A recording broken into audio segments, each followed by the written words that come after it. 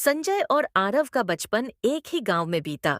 दोनों एक सरकारी स्कूल में पढ़ते थे, जहां बैठने के लिए टूटी फूटी बेंचें और छत से टपकता पानी आम बात थी। दोनों की दोस्ती इतनी गहरी थी कि एक दूसरे के बिना दिन अधूरा लगता। संजय का परिवार बेहद गरीब था। उसके पिता गांव में चाय की छोटी सी दुकान चलाते थे, जो उनके घर का इकलौता सहारा थी। कभी कभी जब चाय की दुकान पर काम करने वाला कोई नहीं होता, तो संजय खुद स्कूल के बाद दुकान संभालता था। दूसरी ओर आरव के हालात भी कुछ खास अच्छे नहीं थे, लेकिन उसके माता पिता पढ़ाई को लेकर बहुत सख्त थे। संजय को पढ़ाई से ज्यादा दुकान चलाने और घर की जिम्मेदारियों में हाथ बंटाने की चिंता रहती थी। लेकिन आरव हमेशा उससे कहता, तू पढ़ाई कर, मैं तुझे कलेक्टर बनते देखना चाहता हूँ। संजय हंसकर कहता, मेरी किस्मत में चाय बनाना लिखा है, बड़े अफसर बनना नहीं। पर आरव उसे समझाता, किस्मत मेहनत से बनती है। तुझे मेरी कसम, तू आगे पढ़ेगा। संजय दोस्त की इस जिद के आगे झुक जाता। दुकान के काम के बाद देर रात तक पढ़ता। दोनों एक दूसरे की किताबें बांटकर पढ़ते, पेपरों की तैयारी साथ करते और सपनों को एक दूसरे से साझा करते। स्कूल के बाद दोनों ने एक साथ कॉलेज में दाखिला लिया, लेकिन कॉलेज की फीस और किताबों का खर्च संजय के लिए बड़ा बोझ था। ऐसे में आरव ने उसकी पूरी मदद की। उसने अपनी ट्यूशन से जो भी पैसे बचाए, संजय की फीस भरने में लगा दिए। संजय की मेहनत रंग लाई। उसने राज्य की सबसे कठिन परीक्षा पास कर ली और कलेक्टर बन गया। जब उसका सिलेक्शन हुआ, तो सबसे पहले उसने आरव को फोन किया और खुशी से चिल्लाया, यार, मैं कलेक्टर बन गया। आरव की आंखों में खुशी के आंसू आ गए। उसने कहा, मुझे पता था तू जरूर बनेगा। दोनों के लिए यह सपने सच होने जैसा था। संजय की पहली पोस्टिंग शहर में हुई और वह अपनी नई जिंदगी में व्यस्त हो गया। उधर आरव की आर्थिक हालत और बिगड़ गई। उसने कई नौकरियां की, लेकिन हालात नहीं बदले। करीब 10 साल बाद संजय की एक नई पोस्टिंग उसके पुराने शहर में हुई। जब वह अपनी गाड़ी में बैठा ऑफिस जा रहा था, तो उसने सड़क किनारे एक छोटी सी चाय की दुकान देखी। दुकान का नाम था आरव टी स्टॉल। नाम पढ़कर वह चौंक गया। वह तुरंत गाड़ी से उतरा और दुकान की तरफ बढ़ा। वहां देखा एक जाना पहचाना चेहरा, जो अब थोड़ी झुर्रियों से भरा था, चाय बना रहा था। वह आरव था। संजय की आंखें भर आईं। उसे यकीन नहीं हो रहा था कि वही दोस्त, जिसने उसे कलेक्टर बनाने के लिए अपनी हर बचत खर्च कर दी, आज भी चाय बेच रहा था। उसने आगे बढ़कर कहा। आरव ने सर उठाया और सामने अपने बचपन के दोस्त को कलेक्टर की वर्दी में देखकर चौंक गया। वह मुस्कुराया और बोला, अरे संजय, तू तो सच में बड़ा अफसर बन गया। संजय की आंखों में आंसू थे। उसने कहा, और तू अब भी चाय बेच रहा है? आरव ने हंसते हुए कहा, हाँ, लेकिन खुशी से। जिंदगी ने बहुत कुछ सिखाया दोस्त। हर कोई बड़ा अफसर नहीं बन सकता, लेकिन किसी को तो चाय भी बनानी होगी। संजय को अपने दोस्त की सादगी पर गर्व हुआ। उसने तुरंत आदेश दिया कि आरव की दुकान को एक बड़ा टी कैफे बनाया जाएगा और उसे वहां का मैनेजर नियुक्त किया जाएगा। कुछ हफ्तों में आरव टी कैफे एक बड़ी चाय की दुकान बन गया, जिसमें कई कर्मचारी काम करने लगे। संजय ने आरव को समझाया कि जिंदगी में मेहनत कभी बेकार नहीं जाती और एक अच्छा दोस्त कभी अपने दोस्त को अकेला नहीं छोड़ता। आरव ने संजय को गले लगा लिया और कहा, मैंने तुझे कलेक्टर बनाया और तूने मुझे सम्मान दिया। अब हमारी दोस्ती हमेशा अमर रहेगी। दोस्ती का यह अनोखा रिश्ता एक मिसाल बन गया, जहां सच्चे दोस्त सिर्फ सपने देखने की हिम्मत ही नहीं देते, बल्कि उन्हें पूरा करने में भी साथ निभाते हैं। उत्तर प्रदेश के एक छोटे से गांव में सीमा नाम की एक बच्ची का जन्म हुआ। उसका परिवार अत्यंत गरीब था। पिता एक मजदूर थे और माँ घरों में काम करके जैसे तैसे घर चलाती थी। 5 सदस्यों का परिवार एक छोटे से कच्चे घर में रहता था, जहाँ बिजली भी ठीक से नहीं आती थी। सीमा बचपन से ही पढ़ाई में बहुत तेज थी, लेकिन परिवार की आर्थिक स्थिति इतनी खराब थी कि उसे पढ़ाई के लिए हमेशा संघर्ष करना पड़ता था।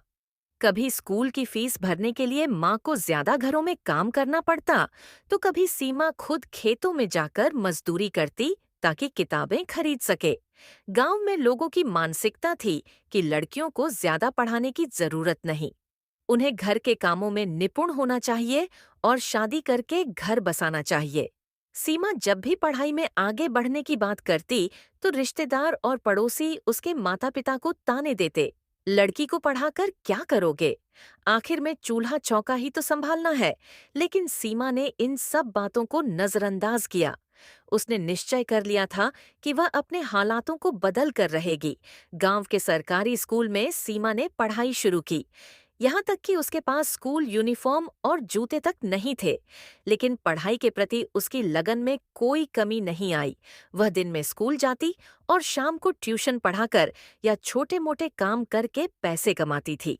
कभी कभी पेट भर खाना भी नसीब नहीं होता, लेकिन उसने कभी हार नहीं मानी। 12वीं की परीक्षा में उसने जिले में टॉप किया। ये देखकर गांव के कुछ लोग उसका समर्थन करने लगे। लेकिन अब उसके सामने कॉलेज की फीस की समस्या थी। सीमा ने आगे की पढ़ाई के लिए शहर में दाखिला लिया, लेकिन रहने और खाने की समस्या थी। उसने दिन में पढ़ाई की और रात में एक लाइब्रेरी में असिस्टेंट का काम किया। इससे उसे थोड़ी बहुत आर्थिक सहायता मिलने लगी। कॉलेज में उसने सिविल सेवा की परीक्षा यूपीएससी के बारे में सुना।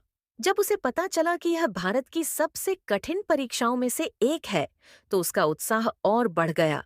लेकिन तैयारी के लिए कोचिंग क्लासेस के पैसे नहीं थे। उसने खुद से पढ़ने का फैसला किया। वह दिन में लाइब्रेरी में काम करती और रात को पढ़ाई करती। उसके पास महंगी किताबें नहीं थीं, इसलिए वह लाइब्रेरी से नोट्स बनाकर पढ़ाई करती थी। सीमा ने यूपीएससी परीक्षा देने का दृढ़ संकल्प लिया। उसके पास संसाधन सीमित थे, लेकिन इरादा अडिग था। वह रोजाना 10 से 12 घंटे पढ़ाई करती। पढ़ाई के साथ साथ वह मानसिक रूप से भी मजबूत बनी रही। जब कभी हताश होती तो माँ उसे हिम्मत देती, बेटी तू पढ़ लिख कर बड़े अफसर बनेगी और इस गांव की तकदीर बदलेगी। यह शब्द उसके लिए प्रेरणा बन गए। पहली बार में परीक्षा पास नहीं हुई, लेकिन सीमा ने हार नहीं मानी। दूसरी बार भी सफलता नहीं मिली, लेकिन उसने अपनी गलतियों से सीखा और तीसरी बार उसने परीक्षा में टॉप रैंक हासिल की। जब परिणाम आया और सीमा का चयन आईपीएस अधिकारी के रूप में हुआ, तो पूरा गांव गर्व से भर उठा। जब सीमा पहली बार आईपीएस की वर्दी पहनकर गांव लौटी, तो वही लोग जो उसकी पढ़ाई के खिलाफ थे, अब तालियां बजा रहे थे। उसकी मेहनत और संघर्ष ने सबको यह सिखाया कि कोई भी परिस्थिति आपकी सफलता के आड़े नहीं आ सकती।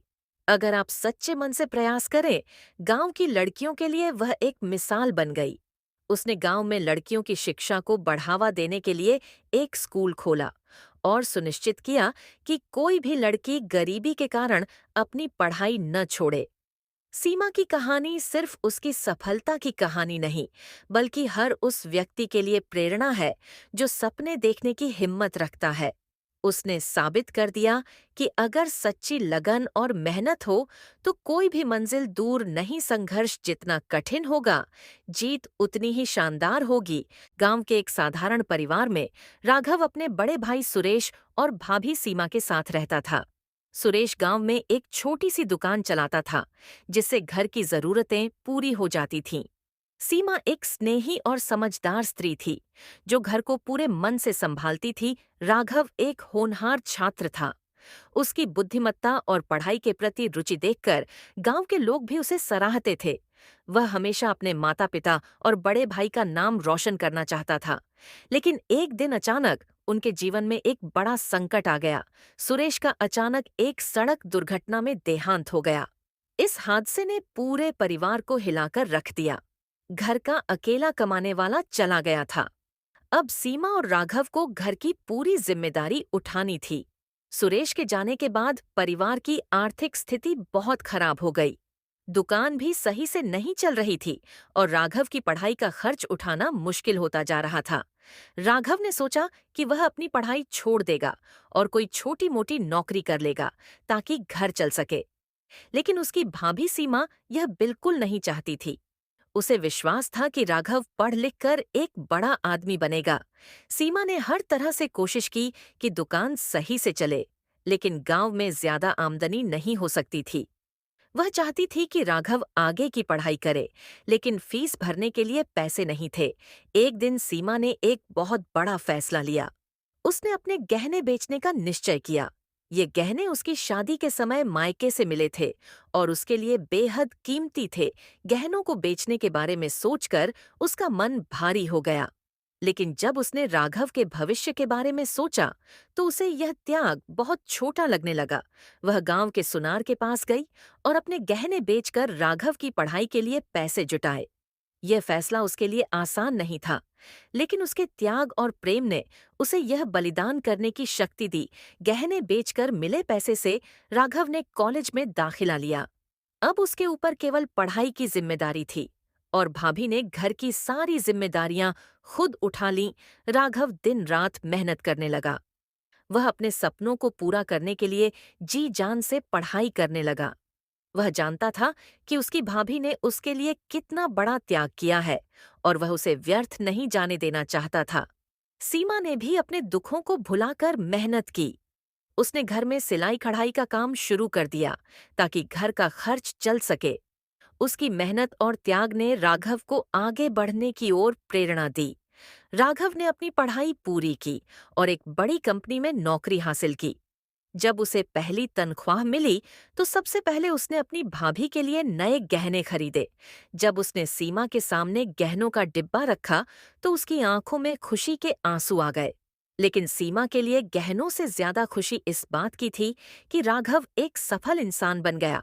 राघव ने अपनी भाभी को अपनी माँ की तरह सम्मान दिया और उसे जीवन भर खुश रखने का संकल्प लिया। यह कहानी हमें त्याग, प्रेम और संघर्ष का महत्व सिखाती है। भाभी सीमा ने अपने स्वार्थ से ऊपर उठकर अपने देवर का भविष्य संवारने के लिए अपने सबसे कीमती गहने तक बेच दिए। यह त्याग रंग लाया और राघव की सफलता ने साबित कर दिया कि सच्ची मेहनत और बलिदान कभी व्यर्थ नहीं जाते। इस कहानी से हमें यह सीख मिलती है कि जब भी जीवन में कठिनाइयां आए तो धैर्य और मेहनत के साथ उनका सामना करना चाहिए। और सबसे जरूरी बात यह कि परिवार का साथ और प्यार हर मुश्किल को आसान बना सकता है। गांव के छोटे से घर में रोशनी टिमटिमा रही थी। माँ दरवाजे पर बैठी चूल्हे की धीमी आंच में रोटी सेंक रही थी। पिताजी, जिनकी आंखों में वर्षों का संघर्ष झलकता था, बरामदे में खाट पर बैठे आसमान ताक रहे थे। उनके मन में बस एक ही सपना था, उनका बेटा ऊंचा अफसर बने और पूरे गांव का नाम रोशन करे। रमेश बचपन से ही पढ़ाई में होशियार था। गांव के सरकारी स्कूल में पढ़ते हुए उसने हमेशा अपने गुरुजनों का सम्मान किया और मेहनत से पढ़ाई की। लेकिन संसाधनों की कमी हमेशा उसके सपनों के बीच दीवार बनकर खड़ी रहती थी। किताबें खरीदने के लिए पैसे नहीं होते तो वह पुराने अखबार और उधार ली गई किताबों से पढ़ाई करता। जब 10वीं के बोर्ड के नतीजे आए तो पूरा गांव खुशी से झूम उठा। रमेश ने पूरे जिले में टॉप किया था। ये खबर सुनकर उसके माता पिता की आंखों में खुशी के आंसू आ गए। लेकिन आगे की पढ़ाई के लिए पैसे कहाँ से आते? पिताजी ने अपनी छोटी सी खेती बेचने का फैसला किया। माँ ने अपने गहने गिरवी रख दिए। रमेश को शहर भेजा गया, जहां उसने कॉलेज में दाखिला लिया और अपने सपनों की ओर पहला कदम बढ़ाया। शहर में रहकर रमेश ने सिविल सेवा परीक्षा की तैयारी शुरू की। दिन रात मेहनत करता, लाइब्रेरी में घंटों पढ़ाई करता और अपने सपनों को हकीकत में बदलने का हर संभव प्रयास करता। कई बार उसे निराशा हाथ लगी, लेकिन उसने हार नहीं मानी। पहली बार जब उसने परीक्षा दी तो वह इंटरव्यू तक पहुंच सका, लेकिन चयन नहीं हुआ। उसने खुद को और मजबूत किया, अपनी गलतियों से सीखा और फिर से परीक्षा दी। इस बार भी सफलता नहीं मिली, लेकिन हौसला टूटा नहीं। तीसरी बार जब उसने परीक्षा दी तो वह न सिर्फ पास हुआ, बल्कि देश भर में टॉप 50 में आया। जब नतीजे घोषित हुए तो पूरे गांव में जश्न का माहौल था। रमेश अब भारतीय प्रशासनिक सेवा आईएएस अधिकारी बन चुका था। जिस दिन रमेश को कलेक्टर के पद की नियुक्ति मिली, उसी दिन उसने तय किया कि वह सबसे पहले अपने गांव जाएगा। एक सरकारी गाड़ी में जब वह गांव पहुंचा तो गांव वालों की आंखों में गर्व और खुशी के आंसू थे। मां और पिताजी ने जब उसे कलेक्टर की वर्दी में देखा तो उनका सीना गर्व से चौड़ा हो गया। मां ने उसकी आरती उतारी और पिताजी की आंखों से बहते आंसू कह रहे थे, हमारा बेटा आज सच में राजा बन गया। रमेश ने अपने गांव के बच्चों को शिक्षा की महत्ता समझाई और एक स्कूल बनवाने का वादा किया। उसने अपने माता-पिता के त्याग और मेहनत को सम्मान दिया और उनके लिए एक सुंदर घर बनवाने की घोषणा की। रमेश की कहानी उन लाखों युवाओं के लिए प्रेरणा है जो सीमित संसाधनों के बावजूद अपने सपनों को पूरा करने का जज्बा रखते हैं। मेहनत, समर्पण और धैर्य से हर मुश्किल को पार किया जा सकता है। जब रमेश कलेक्टर बनकर अपने गांव लौटा, तो वह सिर्फ अपने माता-पिता ही नहीं, बल्कि पूरे गांव के सपनों को साकार कर चुका था। रामू नामक एक लड़का था, जो एक छोटे से गांव में अपने गरीब माता-पिता के साथ रहता था। उसका गांव साधारण था, जहां लोग खेती-बाड़ी और मजदूरी करते थे। रामू के माता-पिता की इच्छा थी कि उनका बेटा पढ़ लिखकर कुछ बड़ा करे, लेकिन आर्थिक स्थिति ठीक न होने के कारण रामू के लिए शिक्षा प्राप्त करना आसान नहीं था। गांव के स्कूल में साधारण सुविधाएं थीं, लेकिन रामू का मन पढ़ाई में पूरी तरह से लगा रहता था। रामू बचपन से ही बहुत होशियार था और उसे हमेशा से यह विश्वास था कि वह कुछ बड़ा करेगा। उसकी मेहनत और लगन देखकर उसके शिक्षक भी उसकी तारीफ करते थे। उसने अपनी पढ़ाई में हमेशा अच्छा प्रदर्शन किया और गांव के बच्चों के लिए एक आदर्श बन गया। रामू ने अपनी पढ़ाई पूरी करने के बाद सरकारी नौकरी की तैयारी शुरू की। यह एक कठिन रास्ता था, क्योंकि उसके पास पैसे की कमी थी और संसाधनों की भी। लेकिन उसने कभी हार नहीं मानी। वह दिन रात मेहनत करता और अपनी पढ़ाई के लिए जितना हो सके उतना समय निकालता। उसके पास किताबों के लिए पैसा नहीं था, तो वह अपनी स्कूल और कॉलेज की किताबों को फिर से पढ़ता था और इंटरनेट से हर संभव जानकारी जुटाता था। उसकी मेहनत रंग लाई जब उसने संघ लोक सेवा आयोग यूपीएससी की परीक्षा पास की और कलेक्टर बन गया। ये केवल उसकी कड़ी मेहनत का परिणाम था, बल्कि उसकी दृढ़ इच्छा शक्ति और समर्पण का भी प्रतिफल था। रामू ने अपने परिवार की स्थिति को सुधारा और गांव के लिए भी एक प्रेरणा बन गया। रामू का कलेक्टर बनने के बाद पहली बार अपने गांव लौटने का समय आया। उसके घर लौटने से पहले पूरे गांव में हलचल मच गई थी। गांव के लोग चकित थे कि एक ऐसा लड़का जो कभी उनके बीच रहता था, अब कलेक्टर बनकर लौट रहा था। उसकी सफलता ने गांव में एक नया जोश भर दिया था। रामू ने जब अपने घर का दरवाजा खटखटाया, तो उसकी माँ की आंखों में आंसू थे, लेकिन ये आंसू खुशी के थे। उसकी माँ ने उसे गले लगाकर कहा, तूने वह कर दिखाया जो मैंने कभी सोचा भी नहीं था। मुझे गर्व है कि मेरा बेटा कलेक्टर बना है। पिता भी बेहद खुश थे और उन्होंने रामू को आशीर्वाद देते हुए कहा, बेटा, तूने अपनी मेहनत से वह साबित कर दिया जो किसी ने सोचा नहीं था। अब गांव में तेरा नाम होगा। गांव वाले भी उसे देखकर बहुत खुश हुए। लोग रामू के पास आकर उसे बधाई देने लगे।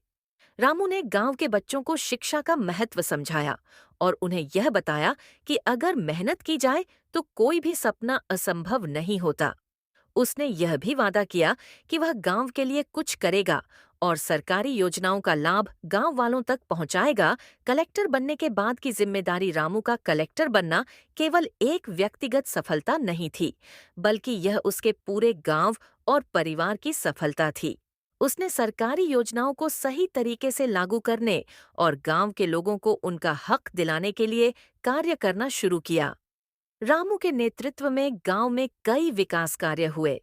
सड़कें बनी, स्वास्थ्य सेवाएं बेहतर हुईं और बच्चों को अच्छे स्कूल मिले। रामू ने यह कभी नहीं भुलाया कि उसकी सफलता का मूल कारण उसकी कठिन मेहनत, परिवार का समर्थन और गांव के लोगों की उम्मीदें थीं। वह हमेशा कहता था कि मैंने जो भी किया वह मेरे गांव और मेरे परिवार के लिए किया। रामू की कहानी इस बात की मिसाल है कि कठिन परिस्थितियों में भी अगर मन में संकल्प हो तो कोई भी सपना पूरा किया जा सकता है। कलेक्टर बनने के बाद जब वह घर लौटा, तो न केवल उसने अपने परिवार को गौरवान्वित किया, बल्कि पूरे गांव के लोगों को भी यह संदेश दिया कि मेहनत और समर्पण से कोई भी लक्ष्य हासिल किया जा सकता है। रामू की यह यात्रा यह बताती है कि सफलता केवल व्यक्तिगत नहीं होती, बल्कि यह समाज और परिवार के सहयोग से ही संभव होती है। उसकी कड़ी मेहनत, संघर्ष और अच्छे इरादों ने उसे कलेक्टर बनाया और वह सचमुच गांव का एक प्रेरणा स्रोत बन गया।